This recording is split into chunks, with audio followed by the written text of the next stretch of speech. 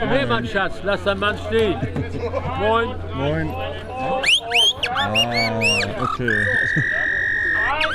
Welcome.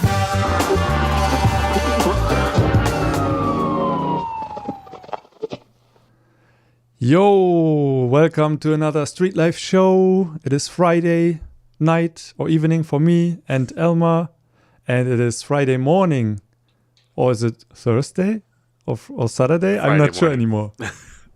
What time is it for you? 10 a.m. Friday. Oh, okay, Friday. So yeah, either way, it's Friday. So yeah, we have a lot of news to talk about. Not so much afterwards. There's a little bit of a change in this show. Usually we have a news section where we talk about any relevant news to us, street photography news mostly. And then we are going to talk about inspirations that we found or not found. We are going to look at some photos we took ourselves. And we usually read out our favorite comment and most negative comment. But this time we are not going to do it because there wasn't really anything interesting. And maybe this section is not that interesting for you guys. I don't know. You can let us know in the live chat if you want to see it next time again. Some form of inspiration of the month we will still do, but I probably have to rename it because inspiration of the month is such a pressure. Like, I have to come up with something that will inspire you guys. So that's not going to happen this time. Okay, hello everyone in the chat. Good to see already a member. Mikael, shout out, of course, to all my members.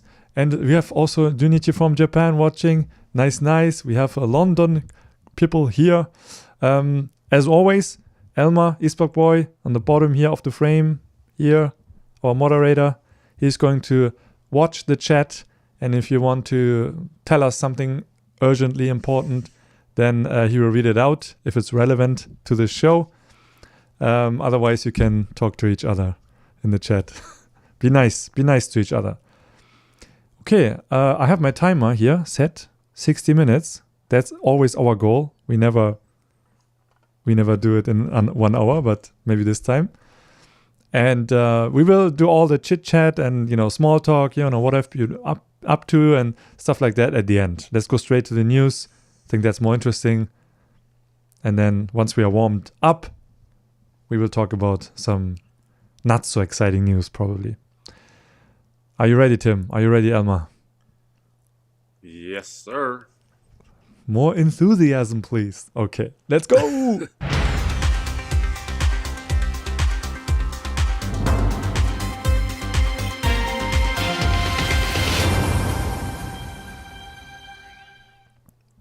Okay, so as always, I have a bunch of tabs open with all the news topics that we picked.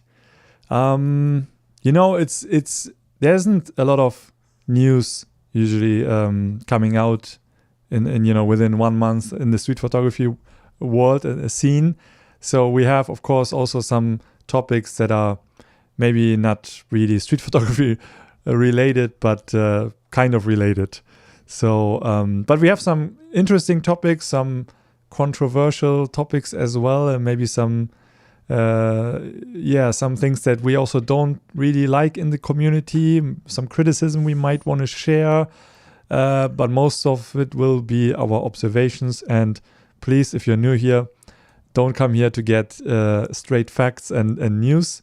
Always do your fact checking, please. We'll just share our opinions. We are here to react to news. So let's get that out of the way. Okay. First news is just a little announcement because it has something to do with myself. In May, the Oslo Street Photography Festival is going to be held in Oslo, and this is the second time this festival is going on. And I am one of the speakers at this event. This is the first time I'm able to physically attend a festival where I'm a guest. And I'm going to do a presentation, which I still have to do this presentation, but it's going to be about, of course, my street photography journey, but also about a little bit about, you know, how to navigate through social media as a street photographer. You know, I'm going to talk about what my YouTube channel did for me. You know, I want to also inspire people to maybe try something out. And you can see some other guests who are also coming. I think there's one last speaker that's going to be announced, but these are the official guests. Yeah, and I've never been to Oslo, so I'm very excited. Never been to Norway. Yeah, May 23rd to 24th. If anyone can show up, I would be happy to see you, but I know it's far away. For Tim, it's far away. Did they announce the finalists? Did they announce the finalists or have it up on their site, the finalist images? Oh, I'm not so sure if... I think there's a competition, and I have to check when. Maybe probably the I'll last do day. a video on that. I'll check. Maybe I'll do a video on that. Do that. We'll see. Oh yeah, there's one photo of mine here.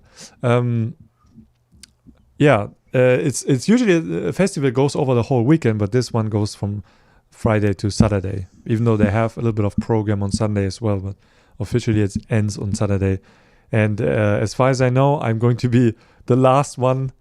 The last gig before me is going to be the announcement of the winners. So who knows? Maybe this is a good thing or a bad thing, because I'm probably going to be so tired. Cool. Yeah, a little nervous because I'm doing a whole new presentation for this, but also excited to. Because you just recently did one, right? Like last month, you just recently did one. Yeah, I mean, I do a lot of presentations for Rico, but I did one for the Mexico Street Photography Festival, which also is going to happen this year again. But I probably won't be speaking. But when I spoke at the Mexico Festival, I just showed some photos, and it was mostly like a Q&A thing. So, yeah, but I heard from someone from Hamburg who went there that it is a great festival, and they take care of me, and it's also not common. I'm not a Bruce Gill or Matt Stewart, so that's nice. Okay, I will report back afterwards. That will also mean that probably the next Street Life show, I mean, for April it will happen, but in May we have to do it on another day. So just a heads up. Oh, okay. Okay. Now, Tim also has a little bit of news to share. Nothing new really, but a little update maybe. You have been using your OM systems. You want to call it Olympus, right? Your Olympus OM-3. OM-3. Right here. So, and you posted a video a day ago sharing your thoughts. Yeah, I just posted like a quick review on it. And some people mentioned some interesting things that I totally missed, like touchscreen and all that. Just things that I don't use or look for in a camera, but has some good interaction through the video. Okay, on what? So how is it going for you? You're warmed up to it? You think it's like you go to street cam now? Feels familiar or unfamiliar? Talk about the EVF. I've used Olympus. I've used Olympus before the Rico, so it was easy for me to get adjusted to it. Just the EVF, it was. I noticed right away once I put my eye to the EVF, I noticed that it was just like the M5 Mark II, or close to it. Just the quality of it, and then so I looked it up, and it was the exact same. Was it million dots or whatever they call it? Yeah, magnification. Yeah, resolution. Yeah. So I was gonna return it, but then I would have to do like a video 7 days with Olympus, and it's like that's not really justifiable. So I just kept it. I'm sure I can resell it if I really want to. I can resell it here in Hawaii. There's quite a few Olympus shooters, because Olympus is targeted towards like nature or wildlife. Yeah, so we have a good amount of people that do that here. So, but I just decided to keep it for now. The battery life is really good though. Like I think I've never had to swap. Like I've shot like at least 4 hours. I've never had to swap batteries. Okay, that's good. Yeah, I didn't mention that in the video. Okay, yeah. And you're going to keep it? You happy with it? I'm gonna keep it for now. Yeah, yeah. It's too late, right? It's hard to Yeah. resell something. It's annoying. Yeah. But yeah, just work it. Make the camera your muse. I don't know what I'm saying.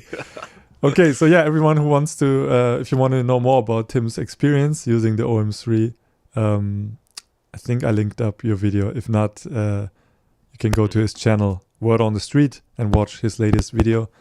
Okay, next news. This is also a little bit of our main discussion a bit. Of course, we're going to talk about this GFX100RF, because this time Fujifilm really heavily promoted it as a camera for street photography. And I want to talk a bit about the camera itself, what we think about it, what we don't like about it, show some people who have been using it that we know within the street photography scene. And then I want to ask you and also the viewers, if you think maybe this is the future. You know, does street photography need this medium format upgrade? Is this going to be more common? Probably. So maybe we can talk a little bit about benefits, downsides of having a larger sensor. Why would you want to use that? Is it even relevant? Stuff like that. So, initial thoughts on the GFX100RF. Who wants to start? Elmar, you can also say something if you want. Yeah, I can start, no problem. I don't see the case of a medium format camera for street photography, as I want to say, because we have 35 millimeter and it's already absolutely enough. It's fast. It's also very slim bodies, light lenses, and it's enough. You don't need more. Yeah, maybe let's keep. I know you want to talk about the medium format topic as a whole.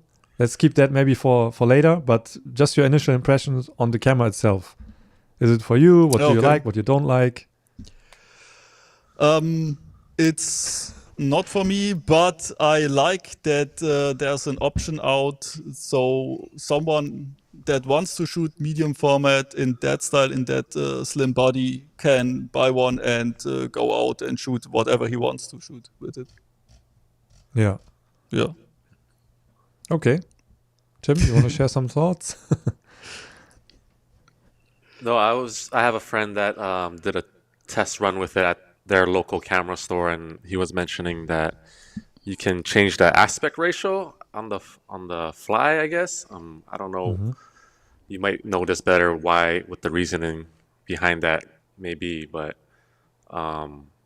he was saying that the Leica Qs are just the body more sturdy, is better in his hands than the Fuji.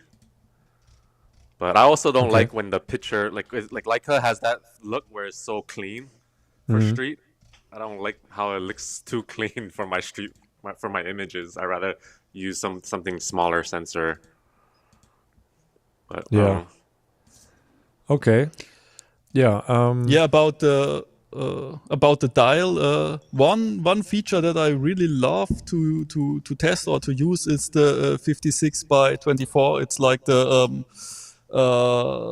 this unique format, like the Fuji XT1, what is like panoramic mode. Yeah, and I think you get enough megapixels for that you can use this image. More like on the 35, you can also get it like in panoramic mode, but it's not like the sensor size is bigger.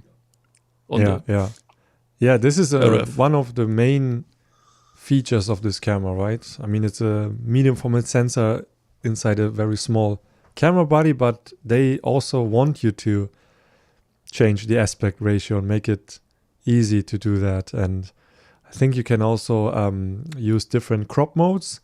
Then they give you the option of frame lines, right? Or just darken out the outside of the frame. So that aspect I like. And about aspect ratios, I don't care too much, to be honest. But in combination with all these crop modes, I haven't really seen a lot of examples on that. But that makes it interesting for... I know not a lot of, actually just a handful of people who would really make good use of it. Because some street photographers, I can name a few, without naming them now, but who use like a Q3, it has 60 megapixel, right? So they crop a lot. And if you look at their photos, you would never guess they were using a 28 millimeter lens. So I think for them, this is an upgrade, it's a 28 kind of. And then you get 100 megapixels. So I can see how that could be very useful for someone who's not ashamed to crop a lot. Personally, I like how it looks, the black version. I like how it looks with the hood. I don't know. I think a lot of people are upset that, there's no IBIS, the lens is, f4 aperture. And of course, when you see the promotional films, everyone says, it's not a problem. But after some reviews and listening to some podcasts where people are allowed to be a little bit more honest, you can hear sometimes, when go out for dinner, I want to bring my camera, and maybe for that, IBIS would be nice to have. And I think for a camera that you want to bring everywhere, I think it would personally, will limit me. I know, f4 is not a big deal if you would have IBIS at least. So I know it's a size issue. I heard the camera would have been 3 millimeter thicker if they would include IBIS, which, the camera's already bigger than the X100 6. So I don't know if 3 millimeter makes such a difference. Is the price justifiable, you think, for that camera? Oh, that's hard to say. I think it's a little bit, for me personally, it would be too much. It would have to be the perfect camera, like favorite focal length, and versatile and stuff like that. But I still am curious to see it and try it out. Because they promoted it as a street photographer camera, right? Yeah, Promo. yeah. So yeah, we can look at some. I have it's pulled interesting up that some they did that. Some photographers in our scene who have their hands on the camera. Sam Ferris here from Australia. I don't know if he is working with Fujifilm or he loaned it, but he made a little video review, I think also on YouTube. Actually, when this camera was announced and I heard it's a fixed 28 equivalent, I thought of a few street photographers, and he also came up. I thought, this, he uses a Q. I think a Q2 or maybe a Q3. I don't know. And he shoots in good light. He's from Australia. He made some books and zines, and it's always great light, dramatic light. So for him, no IBIS would not be a problem. So I can see him using this camera, and it makes total sense for someone like him. I feel like, yeah. Also, shout out to John ST from the Street Life podcast. It's not a podcast that I'm hosting. They just named the Street Life. But yeah, John ST, here, giant Evertonian on Instagram. He has also been working with Fujifilm. And he's a street photographer. He uses Fujifilm, I think an XT camera, XT5 or something like that. Not sure. But here are some photos that Fujifilm shared. And I think you can, of course, I checked it out. So him and Mark, they're doing this podcast, and the latest podcast is about, John's collaboration with Fujifilm. So I want to listen to that and hear his thoughts. I was even thinking, John, if you're listening, sorry, now it's too late. I was even thinking maybe to invite him and hear from people who have been using it for street photography. So in the future, I want to do that, invite people and share their thoughts. But check that out, listen to this podcast. And we have another street photographer, Craig Whitehead. He officially did a promotion with Fujifilm for this camera. I think he's also someone who crops a lot. I'm not sure. Haven't seen him in a while, to be honest. But I think he was involved with Fujifilm in the past. Yeah, I don't know. I watched this video while I was working, and it's an ad, so what do you expect? But Yeah, I'm not sure if you would personally use one. I don't know. But you can also check that out. Just want to share some sources to check out. Then I stumbled upon this photographer. This was suggested on my feed. I don't follow this person. I didn't even know about her. And she shared some clips and also photos. And she did some extreme crops, probably to show how much you can crop and still have details in the frame. And what I noticed here, this was very interesting. Maybe you can tell me if I'm seeing what I'm seeing. But here she shows the crop. It's quite a heavy crop. It's totally fine. Mm-hmm. But do you see the crazy distortion? Mm-hmm. I'm very curious if this is maybe she's using a software without. So these new cameras with high megapixels, they're just teaching us bad habits.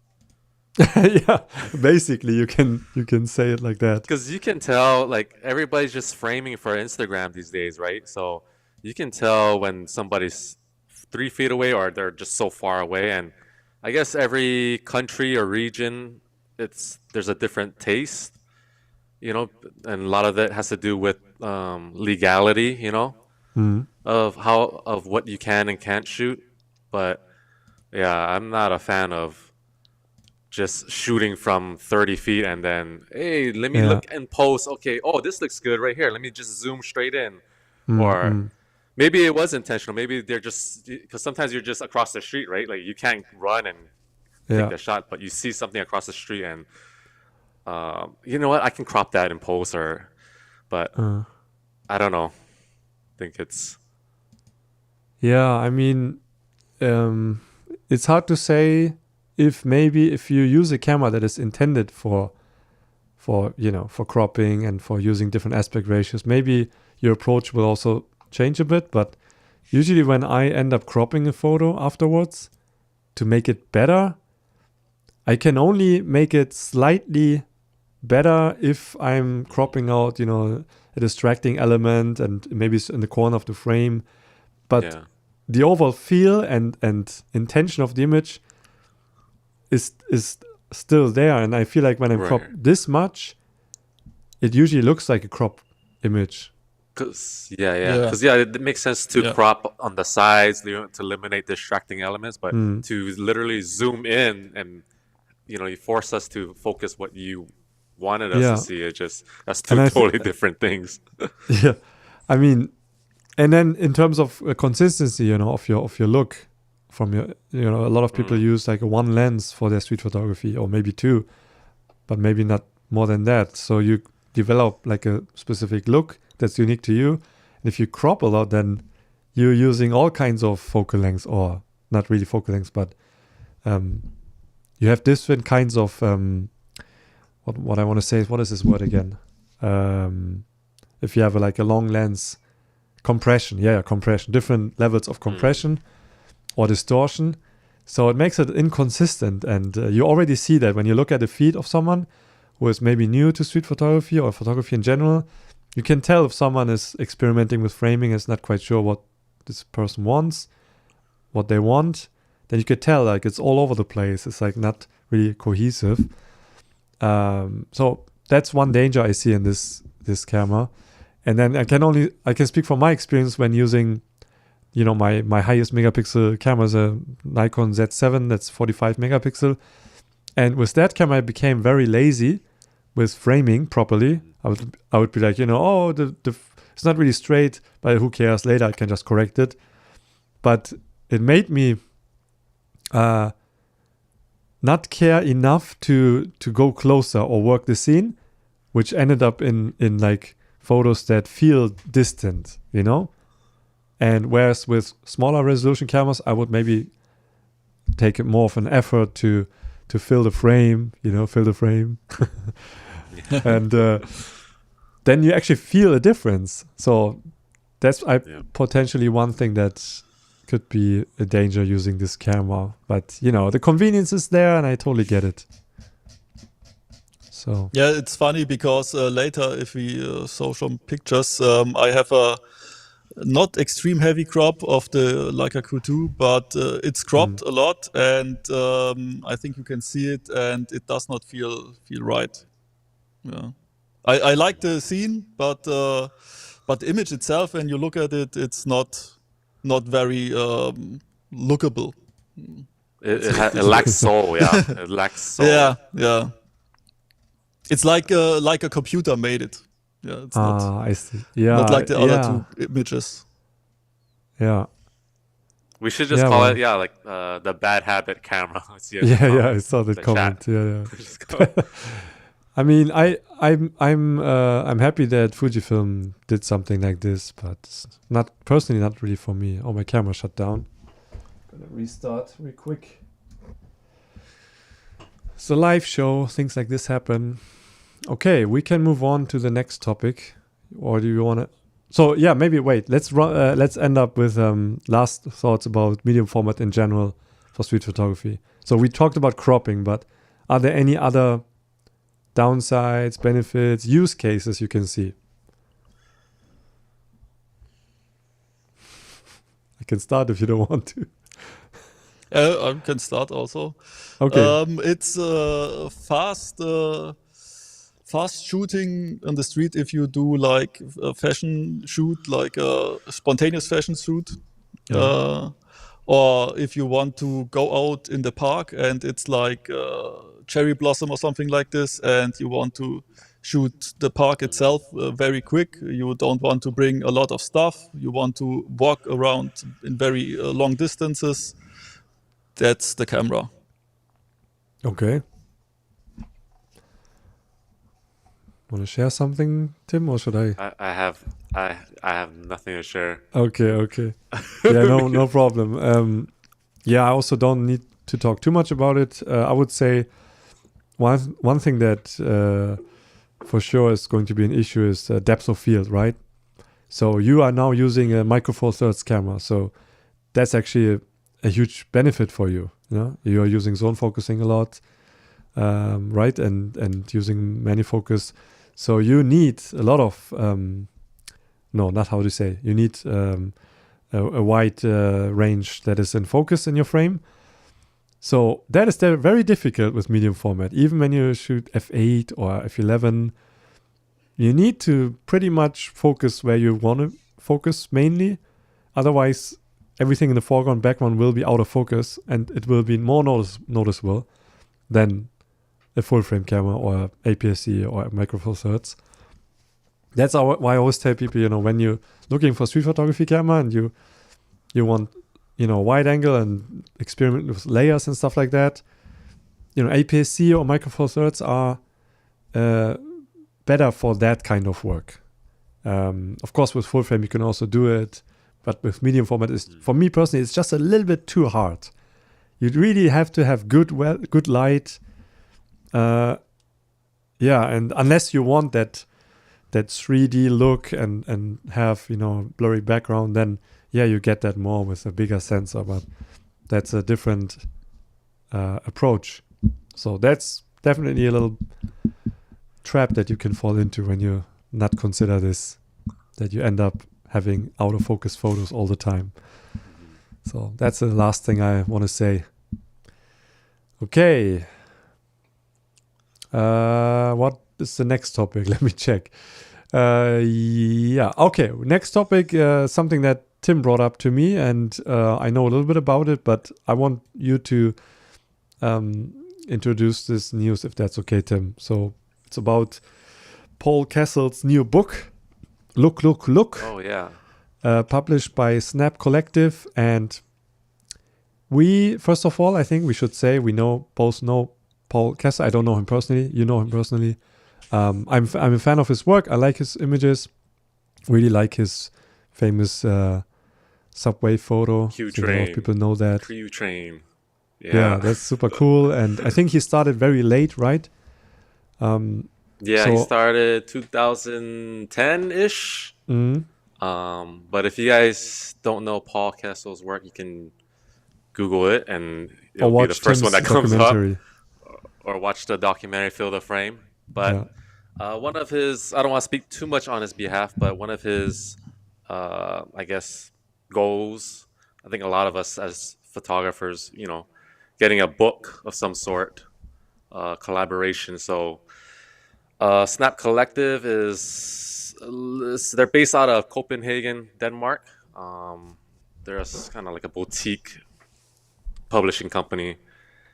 And this year, I believe they launched a collaboration with 80 artists. Oh wow, 80 so many. artists, Okay. varying from street photography, all different genres of photography. So his one is in the street photography realm. But they're known, people that have followed Snap Collective, they're known to be quite expensive.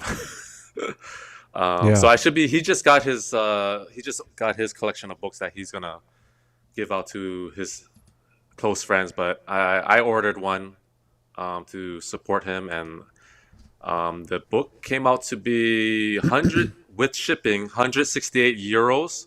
Ooh. So $181, almost $182 USD. So I was hope hoping Trevor's not I get a listening. diamond ring out of it. I don't know if there's gold that's coming inside, like a bookmark that's made out of gold. I don't know, but Okay. once I get it, I can look at it and I'll do a separate video on it. Oh, okay. Yeah. I hope this doesn't come off, in any way of talking negatively about the book itself. I think, from the outside looks good, well designed, and I wish that he has success with this book. And I think what we want to talk a little bit about is the business of publishing, maybe. Yeah. And Snap Collective, I haven't really looked too much into it. Yeah. I read a lot of reviews, and they are not very transparent, I think, when it comes to their pricing. I think, and again, we are not here to share facts, fact check us, but I think that they are not sharing any royalties with their artist. So they basically make the book, and they make as they go. So if you Yeah, order on one right now, demand, they'll right? make it. Yeah, pretty much. And the margin is just, it's just insane. Like, what kind of margin are you? And I working think there's off no of for marketing it? coming from Snap Collectives. The artist is Yeah. responsible for their The own artist has marketing, right? to market and promote it. So they basically are like the facilitator, which is kind of weird. I've heard a lot of small you need the publishing houses company do to help that. you. Yeah, Yeah, usually you need the help. You still gotta market it yourself. yeah, But even from what I've heard outside of Snap Collective, the publishing world is just brutal. Like the demand of what they expect you to pay up front and the amount of followers that they expect you to have because they want to see that you can market it, right? yeah. So it's almost better to self-publishing, to me, is the way to go, it seems like. Just don't say that your book is being made from blurb. Yeah, yeah. I can speak a little bit about my brother published a book last year, I think. Yeah, it was last year, and he had a publisher approach him and actually ask him if he wanted to publish his book with them. And first we were excited. Yeah, this is cool, and of course let's do it. And so the way they are doing it is similar to Snap Collective. Like the artist has to market the book. They required like a specific amount of sales so that the cost for the printing would be covered. But at least my brother would get a cut from each sale. So he didn't make much in the end because he had to also pay for the printing himself, which I found weird. Like, why not? Why doesn't the printing house pay first and you just pay it back with your sales? But he had to pay first, and we did this pre-sale, and he has a big brother with a little bit of a following online, so we used that, and with the help of that video we made, we were able to at least get the money back for the printing. And now he has only like 20 copies left or something like that out of 100, which is not bad. So if you have the means to promote your book yourself, then maybe it's just better to do self-publishing. But there's a lot of work involved, layout and design and finding the right paper. So I can see why a lot of people want help in that. I need help in that with that as well. But yeah, you have to be careful who you work with and be sure if it's worth it in the end. Because my problem, what I see here with Paul Kessel's book is that a lot of people might find this too expensive, especially if you want to order it and have it shipped to you overseas. That adds another nobody 20, $30. To me, it's like nobody really wins because true. The whole point of getting the book is to get it out, right? So the publishing company, if it's too expensive, nobody's gonna buy it, so they lose out. Then Paul, the artist, nobody's gonna buy so nobody sees his work, and then the viewer or the fan, the follower, can't afford it or don't want to spend that money, right? So it's kind of stagnant. Yeah. And it's go ahead. It's way too expensive. I also had never seen a book this expensive, I must say, and I also never heard of Snap Collective, and I would never buy it. It's way too much. I bought Kenny's book. It's reasonably priced, and it's very, very good. If he has 20 copies left, I Link would in the advise you description. to buy it. No, really, it's really good. It's a really good book. And yeah, what should I say? No, don't buy it. Sorry. I think the cheapest book I saw was 89 euros. That's before shipping. I think that's the cheapest. Let's see what one. the others cost. Here's one that costs 90 euros without shipping. So 90. Hey, they're all 90. Why is his more expensive? Yeah.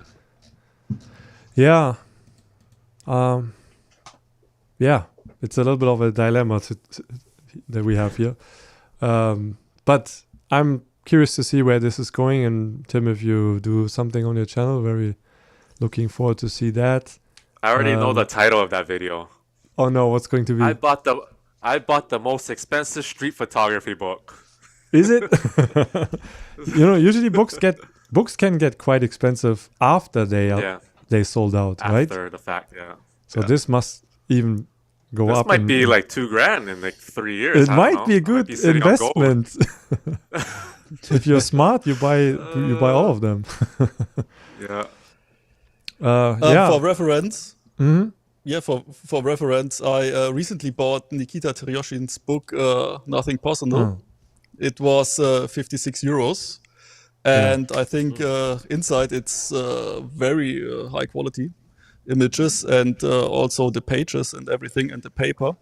And it's costs almost 1/3 of this book. And yeah, what should I say? Yeah.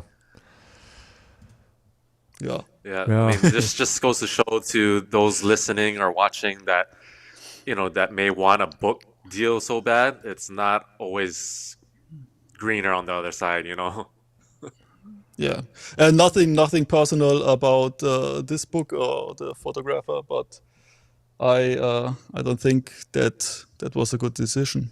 Paul Kessel, I love his images, but yeah, sorry, Bruder, sorry. We love you, Paul. Yeah. Hopefully there's 5 more. Hopefully there's 5 more sales from this video. Yeah, those people who want to keep it to sell it later. No. Okay. Yeah. I didn't really research any more into this topic, but maybe we can. Oh, we have one more. You wanted to give a little shout out to another book that is coming out or is out. I already got this one from my friend Jill Maguire, self-published book, really good, and it was only $22. What? So she said it, $22. Yeah, $22. The company is, I think I'm saying it correctly, Mixsum.com. Okay. You can self-publish, but you still got to do the layout, and you got to learn InDesign and all that. You do the layouting, okay? Yeah. So, and then they ship from their warehouse, from what I believe. Ah. So it's not like they ship to you and then you got to manage the the shipping, but the shipping was only $4 from mainland US to Hawaii. So total was like $27. And from what I believe, she sold it as is at very minimal to no profit. But this is Sam Ferris one. This is another self-published. Kind of similar. But I like Sam's cover. I like the dry look over the glossy look. But just goes to show, like, you can self-publish your own work, you know. But yeah. Something to everyone wants to I guess cut that's kind of from inspiring. Sales, so you can always find more people willing to take care of your book, but be careful that you don't end up giving too much away. Okay, I gotta look into this Mixam thing because I'm looking for an easy solution to print and ship. And you can see the whole book here online. I don't know if I like that. I mean, I like it because I can see it now. You like the teaser? You like to tease them? Yeah, I mean, a little bit of a sneak peek maybe, but not show the whole book, right? Maybe that's up to the artist. Maybe she left it like that. I don't know. But I don't know if it's... I gotta look at other books, but I didn't... It kind of caught my eye, like the first half of the book, like it's left and right images, and then after a while, it's just all on the right side. I don't know. Maybe now. Here I'm at the middle. Okay. Well, so you can check out her book here. I will have links to everything in the show notes and the description. I have to include this one because Tim sent it to me like 5 minutes before the stream or something like that. So later, 10 minutes after the stream, the links should be updated. Okay, but it's another way, or let's say first another artist to support and also another publisher to check out or site. But 22 is very, very good price. You know, I don't want to name... the cost of the book, Yeah, don't want to give shout out someone here, but I ordered and it's not Trevor Weiskamp, let's say that. But I ordered a book. It was titled as a book, not a zine, from a New York photographer, street photographer. It was kind of hyped. It's a long time ago. And I thought, okay, I'm going to buy one. And then it arrived, 2-3 months, which is okay. But when I got it in my hands, it was like this small, and I expected like at least like this size. And it was $40 plus shipping, which I thought for a book is fine. And shipping was almost 20 euros, so I paid $60, 60 euros. And it was only like 15 or 20 pages. Oh, and wow. Premium. That's like $2 per page. Yeah, and to be honest, most photos I saw on Instagram already, and there were some handwritten notes included, like not handwritten. I wonder if it's the water in New York that's making them kind of making these shady deals, and I don't know. There's already 2 people. I'm sure there's more that's doing that. Yeah, it's just you want to get to be excited when you open a new book.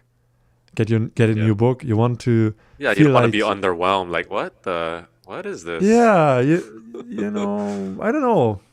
So either the photographer has to be more open and show the book before it's going to be sent out. Like have it on the website so you can see how big it is, and maybe have some information. Maybe it was. But that person didn't say like there's 30 images or 50. They didn't say how many. And it was soft cover. And the print quality was bad. So I expected a hardcover book with a good print quality, and it was soft cover with very basic print quality. I could have made this book everywhere. Oh, man. Online printing shop, I'm sure it'll resell on eBay for like $300 or something. Like I checked and no one is selling it. and this guy isn't even taking photos anymore. I mean, not really posting, and seems to not be really active, but... Okay, not saying any names. Yeah. Okay, we are almost at the end. We actually have only one more thing to share, which hopefully which is just going to be something for you to check out, not to share too much of our opinion, maybe a little bit. Eyeshot. Speaking of publishing houses or publishers, Eyeshot magazine should be a name in the street photography community by now. They started off with magazines, street photography magazines, and the contributors were always other street photographers. Then they shifted into making books for bigger name street photographers. And that has been working well for them, I think. The print quality is good. I have a few books from them. Nothing against the book quality, and pricing is fair. It's made in Italy. I almost met the founder, but didn't happen. Why are you laughing? No, I might have talked too much. No, I don't know. I've never met, so I don't know these. I don't know Eyeshot personally. That's what I want to say. It's the mysterious person. No, you can look it up. His name is Marco. I'm sure he's a nice guy. It just didn't align with our schedule. I was there and we wanted to meet. It was too stressful, maybe. I don't know. It's a long time ago. But anyways, I was on YouTube and these shorts were popping up with with David Gibson and like interviews, and with Don Hudson here. And I thought, how interesting. I've never really David Gibson did a few interviews, but never saw something from Don Hudson. And I was curious, checked it out. And first I didn't know it was from Eyeshot. Then I went to their channel and I saw that they started to do these interview videos. They have only done 2 of them so far. They call it, I think they call it like 50mm series or something like that. It's not in the title. If you go to one of their videos, it is somewhere here in the description. Eyeshot 50mm is what they call it. And there are long interviews with the photographers. They made a book together. And I was curious, and I listened to both of these episodes because I wanted to hear from them. Wanted to hear Don Hudson speak. Never heard him speak before. I know his photographs from his Instagram, and he's often compared to Winogrand, and I like his photos. He has a good archive, yeah. Exactly. He has a good archive. So he's known for his archive. I don't know much about his recent work, but so I was listening to the interview, and I still recommend listening to it and checking it out. Probably more videos coming up. Here comes the part where I just want to share a little bit of my own personal opinion. Oh no! I wish there were a little bit more interesting questions, to be honest. Sometimes the question would be like, what is your most used setting or something like that, which is a weird thing to ask because it's totally or it's like, who cares? Dependent on the scene, and I was hoping to find out more about also the hosts, and I like when companies or brands or publishers show their face, their team, and they do something around their products. That's always good. Show that humans are behind the brand. So that's good. I think they should do a little bit of an introduction, This is who we are. We work with Eyeshot. We do this. Expect this kind of videos from now on. Because, would love to see a little bit more behind the scenes. Maybe this is the first step into this direction. But I had this feeling that, maybe they have to do this. It's their job. And, I want to know more. Do I sound like... So kind of cookie cutter and a little bit, yeah. And I want to run to, how do you say, when you listen to an interview and if it's a very interesting person, you listen to it regardless of who's interviewing the person. But I also like to know who's interviewing the artist or the photographer, because then I can relate also the questions that are coming. And I like when someone is also including some more personal questions that they really want to know. They want to know something. And here I felt like it's more like we have to ask him some questions, and here's a list of questions. Like a job interview, basically. Yeah, a little bit like a job interview. Yeah. Sorry, Marco, so for listening. when they receive the questions, they're responding in a very, not all of them, but some of them respond in a very job interviewee way. Yes, and there's a lot of like agreeing and understanding, even though it's like sometimes an unexpected answer comes, and it gives an opportunity to dive into something deeper, but then they go into what lens are you using or something? Oh, they just Not that this instead of question came up, it's just an expanding example. more on it. Yeah, they just take the left turn. Yeah, but okay. But I'm leaving it here for you to check out, and I like that they're doing it. I want to see more. That's that. Or did I want to add anything? I have to check my notes here.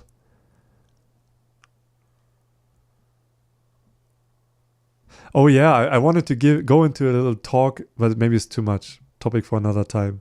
How some organizations, also people who do like hub sites that do contests, you have this commercial side of street photography, right? And then you have the side with the festivals that are sometimes between commercial and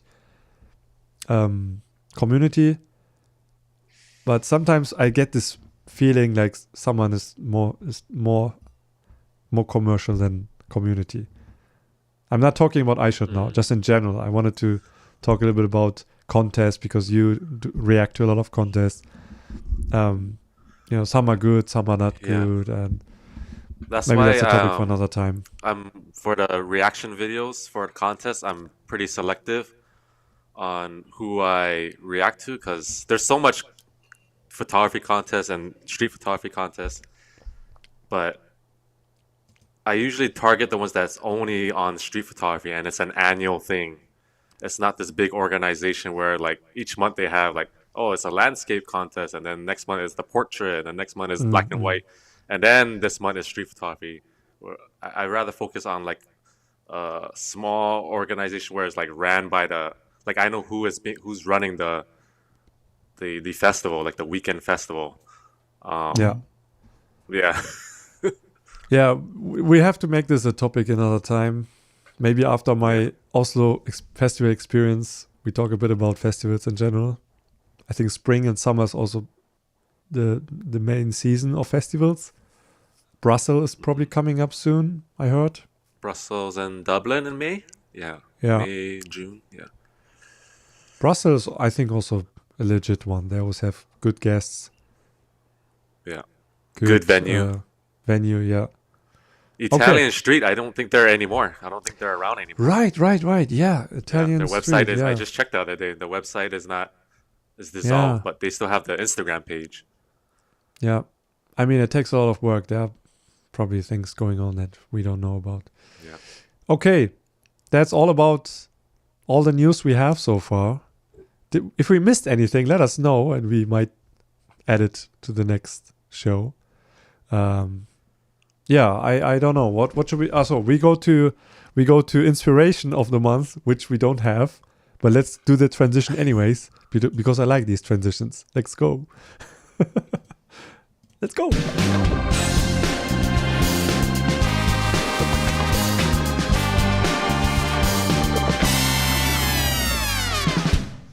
Nothing inspired me this month. How about you, Tim? Same thing. I think it's the air in March. Something's in the air in March. I don't have anything inspiring. Yeah, I think I'm going to rename this section to something else. I like the idea of sharing something that we discovered, something that inspired us, but if there wasn't any, you can't force it. I looked up some things online. Fake it. You can fake it. So we will think about it and change it for next time. But we have photos to show. This time a lot of photos. I like the idea of sharing more photos in this stream. Elmar also did share some photos. So we're going to show you some recent photos we took, talk a bit about them, and gives you an idea what we did in March 2025.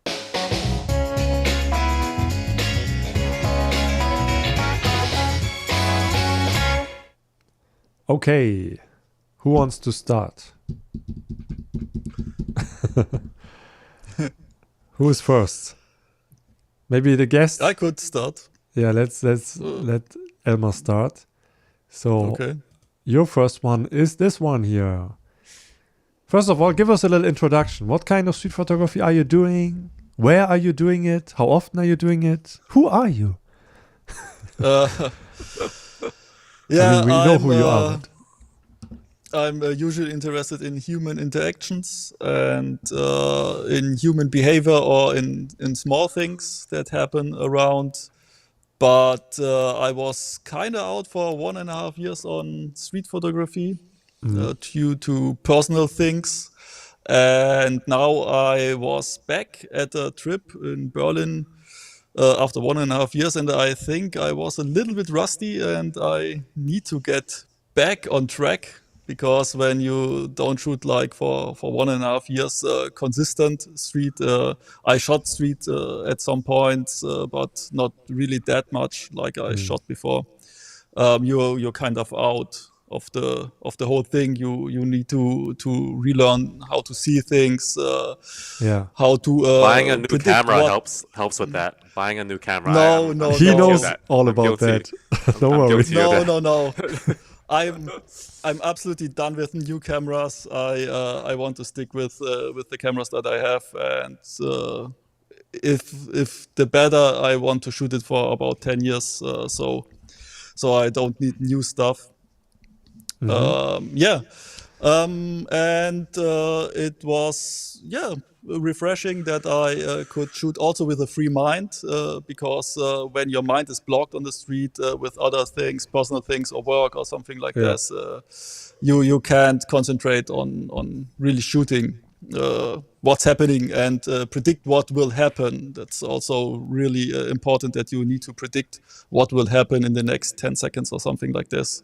Yeah. A lot of stuff happens not once in a life, but when you're out on the street, you will see that a lot of things will happen again and again and again and again, and you need to focus on that, training your mind to see what will come. And this one is the first image. Nothing special. I just like that they were sitting there doing a picnic on Alexanderplatz, and this girl shows something with her feet to her friend. And, it's a neat photo of a cute scene, and it's also the crop. They're probably gonna open a feet photo business. I don't think so, but that's It's Berlin. That's Everything goes. It's in Berlin, everything goes. But they were only picnicking and enjoying the time. It was also the first week with great sun out. It was a little bit warmer. Spring starts, and people come out and do like these little picnics. And this is also the image that I talked before with the extreme crop. It's like over 50%. And when you zoom in little bit more, you see in the background that distortion of the lens, and that it feels like almost that the background is AI generated. Yo, this is a good example. We talked about this when we talked about the GFX100RF. How, when you crop a lot, you don't get, you still deal with distortion of the lens. With extreme wide angle, you have this issue more often, because this doesn't feel like a crop. It feels like 28 or like 35. I thought it was 50. What focal length are you shooting on? Probably 24, this is right? like a Q2. It's okay. like 26, 26. Yeah, I know the Q2 so well, and this has the Q2 distortion that you always see, even if you crop your photos. Okay, interesting. Yeah. Okay, I'm gonna move to the next one. Yeah, any story to tell here? Or? I don't see it yet. Okay, it's delayed. I see a little bit of a red repetition here. Is it the woman that's looking on the other side? I like this kind of shots. They are not very special or something like this, but it gives a little bit of a sneak peek into the world of the person that watches the other side. You can guess what she's watching. Is she watching at the Brandenburger Tor, or is she watching the other persons, or maybe she blocks the sun, so she She doesn't get the sun in her eyes, but I could tell the story a little bit far more because we also walked the same path, and she met on the other side with her friend. Yeah. Ah, okay. So, but yeah, you get a little glimpse into her life, and I also like the flare that the lens gives from above. Yeah. Okay. Also, nothing Alright. extreme special. And the last image is the one that I like the most. Is that also in and, Berlin? Yeah, looks like it. This is in Berlin, yes. It's I like where it's, your shadow falls. yeah. My shadow falls not so great. Oh, yeah. I've seen that. This is the best one But of the yeah. three. Yeah. Yeah, it's a family, and you see the human interaction. The mother is like ziehen. What's the Pulling? pulling on the head of the children, and the father is holding and not watching, and like, yeah, get over with it. And also the sign is red. The street side, Street light, yeah, traffic light. the yeah. street light is traffic light is red, and on the edges it's like filled in the frame. On the edges the bicycle is waiting, and on the other side Oh, okay, the signal is red, and so they are neatly framed into this this little timestamp in their life. And yeah, Yeah. I like there's the no photos of cars families is distracting always too. hard. It's clean. Yeah. I find yeah, it difficult it's very to, clean. Yeah. to photograph families, yeah, in the street, because you don't want to disturb, right? But you also want to have them in the scene. And Yeah, I have like 3 pictures of that, but this one was the best one, and I was also the closest one to it, or to the family, and it's almost no crop. So yeah, don't crop, and get your image right in the first place. That's one lesson that I learned from that. Yeah. okay, cool. Yeah, every time you have something to share, you're always welcome to share photos here. Tim, do you want to go next, or should I? I have a lot of I'll go photos, next. but I know you only have I'll go one, so next. maybe. Yeah. I'm not as good as you guys, you know. Hey, I mean, how often do we go out, right? I know you also don't go out a lot, or not like you used to, right? So Yeah. me neither. Me also. I'm also not. Okay. Oh, time to end the show. Maybe we don't Oh, need to no, show sorry, my photo. we can't Let's see keep it. the suspense. The suspense, yeah. Okay, that's a good sign. After we show the photos, we are done. So we are almost at the end. Okay, so here's Tim's photo. Tim is from Hawaii, so this is probably in Hawaii. And this looks like it was shot with your new shiny OM-3. Not that is important. Yep. I only captured this because of this camera. Just FYI, I wouldn't have been able to capture it with another. Yeah. But this is. I saw it on a Instagram corner already, that, I think, and I liked it. Yeah. This is a corner that This is probably my favorite corner in Hawaii, and It seems like I'm slowly building a series. I'm putting together a series because I shoot at that corner quite often. It's the H&M building, H&M, the clothing brand. Yeah. So I like it because it's just people coming in and out, and it's kind of like a U-shaped hub where people can just go in and out. But the day before, I didn't know until I was talking to the guy in the green shirt. The day before, there was a gun shooting with like teenagers. Oh. Which was pretty. It's not. You don't really hear that in okay. Hawaii. But gun violence or like just shooting has been increasing the past couple years. But this Yeah, now happened, that so you that's say why it- there's a bullet. Yeah, I Yeah. did not notice that. And I think this security guard, he was just standing there for pretty much the whole day to make sure nobody like touches it, or because the glass will break. Yeah. And then I like how the guys on the cell phone. I wish the guy in the red was spaced out or not covering the two friends in the corner there, overlapping. I don't like when things are overlapped. on each other. But then there, you have the background, the mannequins. But yeah, the security guard is like probably the most interesting subject here with his approach and then his arms crossed, and you can clearly tell like he's the building security with the badge. Yeah. Yeah. Yeah, You know, I think yeah. Yeah, go ahead. I think there's it's a great story that you see here because the security guy is looking at the other guys, like watching them. Someone is passing by, don't give a thing about it. And the one who with the bottle also could call someone to fix the glass, and the other two dudes could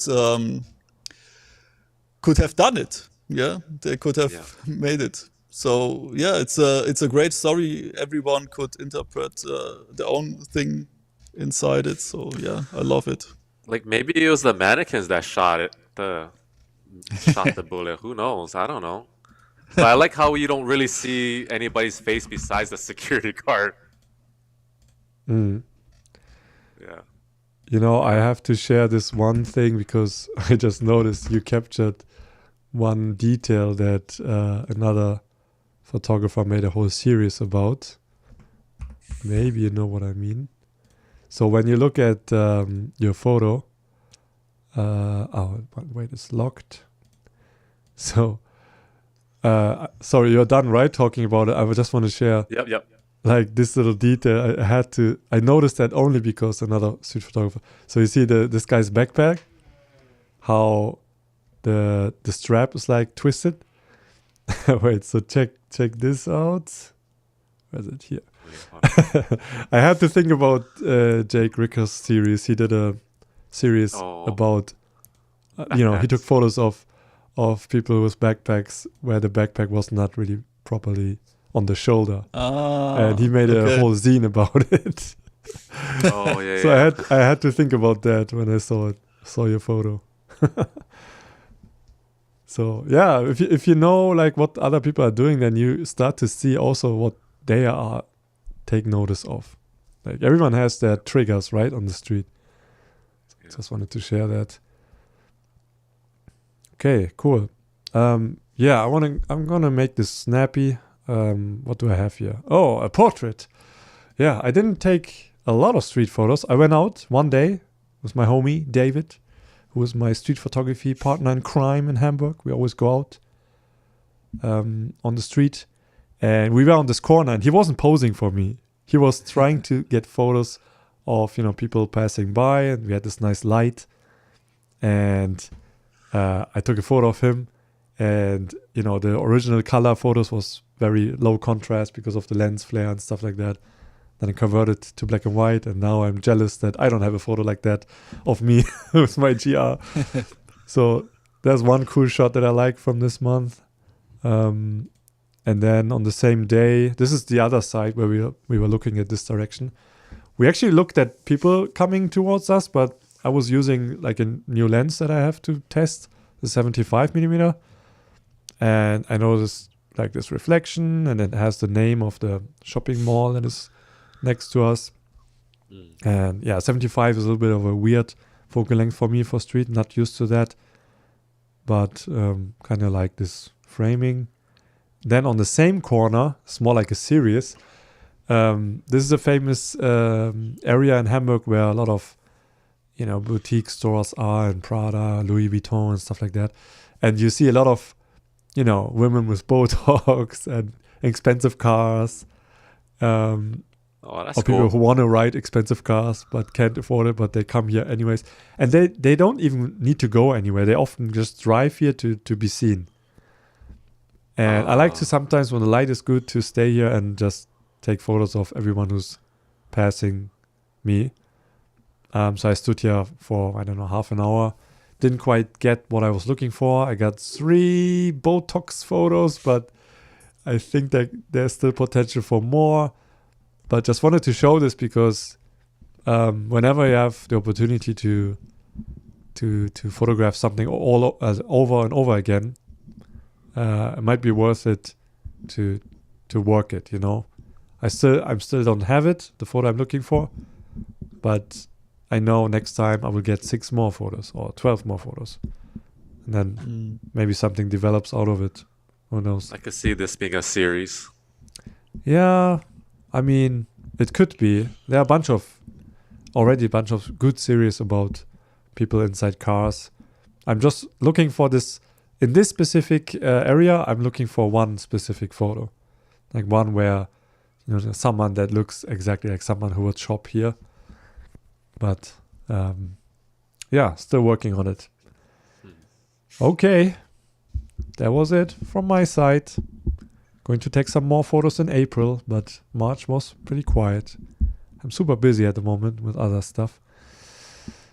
And we reached the end. So, usually we read out comments, but this time, no.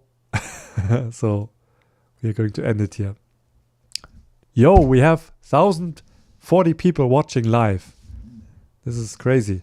And when we started looking at photos, the view count went down and now it's up again. So, okay, but that's not bad. So, yeah. If you have, so everyone who's watching and in chat, if you want to comment something on the news topics, you can put your thoughts later down in the comment section. You can also give us feedback if you want to see something different, or you want to see less photos, more photos, bring back comments of the month or something like that.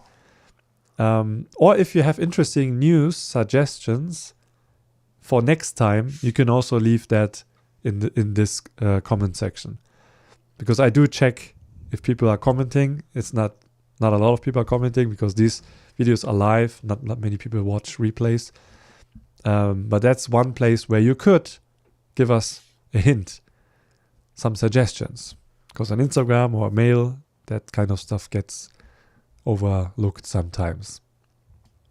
So lastly, anything coming up you want to share, Tim? Of course, if you want to share something, you can also do that.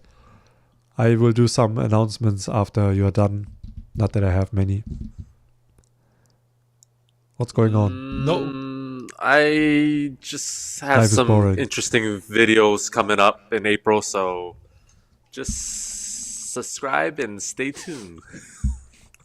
Okay. Yeah.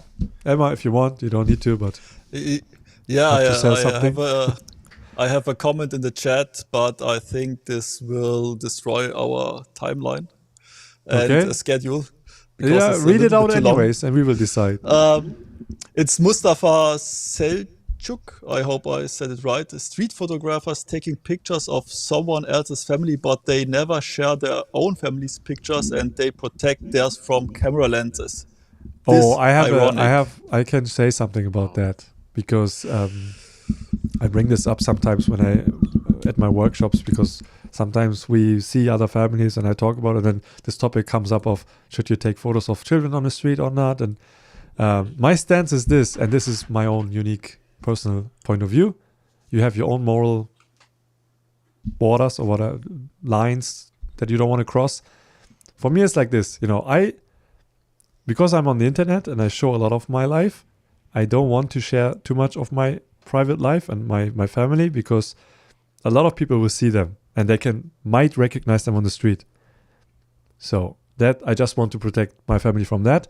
But if I'm on the street with my family, or my family's on the street, and another street photographer takes a photo of us, not knowing who I am or who my family is, and we're part of the scene, I personally have no issue with that.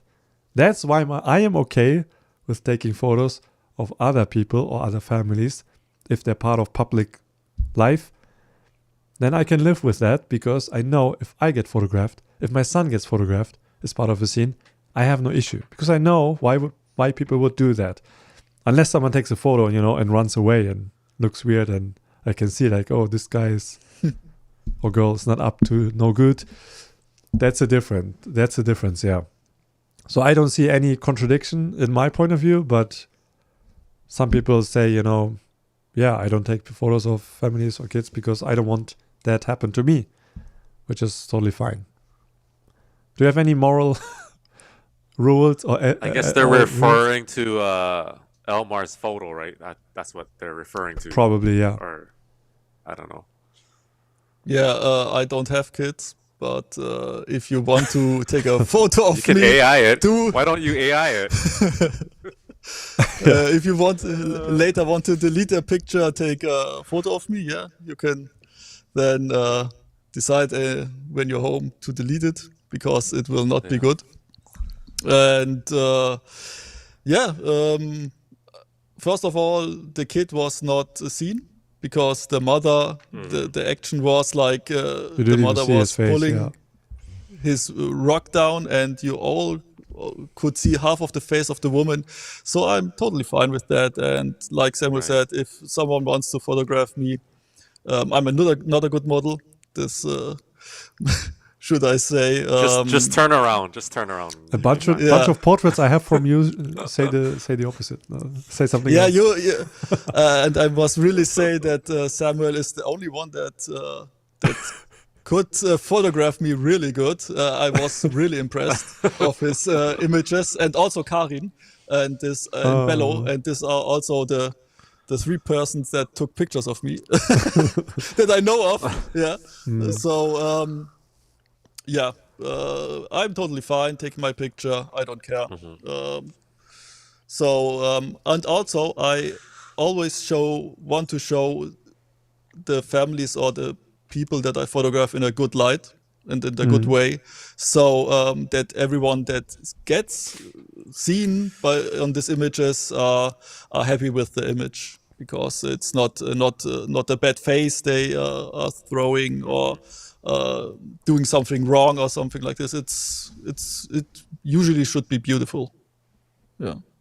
Okay. Sometimes you make that picture because it reminds you of your own mom or your own parenting style or something, right? So, you're not breaking the law, so you're good. In Germany. In Germany, yes. No one, how to say, abides by the rules? No. What is the word? Yeah. If you are under photographers, if you are with other photographers, documentary photographers, journalists, street photographers, they all don't care because they know, they have intention. They know their intentions. This is a different topic for another video, or a topic that, to be honest, I'm tired of talking about. Talk about enough. Because it's not something that someone can answer for everyone. Right. Yeah. Okay, but it was a good question. I like these challenging questions. People sometimes have this idea that, might not be how you think it is. Okay, cool. That was fun. I feel like this was our best episode so far. It flowed very well. I felt more relaxed. I have nothing else to announce other than that I will be in Oslo in May, but from April I have a bunch of content that I have to produce, which you might see, or for sure will see, and nothing else to share. I'm tired. Let's go to bed. Tim, you too. You have to sleep now. No. Your day is starting. So go out and take photos with your OM-3 and use that beautiful viewfinder.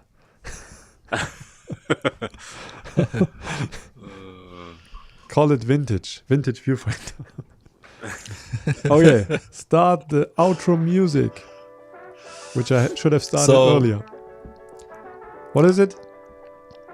So later chat. I want to say later chat. Yeah, thanks everyone for joining us live, and this will be available as to rewatch later. If you don't find it, go to my channel, to the live tab. I'm going to make a official playlist that I'm going to put on the front page of the channel. And we see you next month, last Friday of April. We do this again. All right. Good night. Ciao, ciao. Ciao. Where's the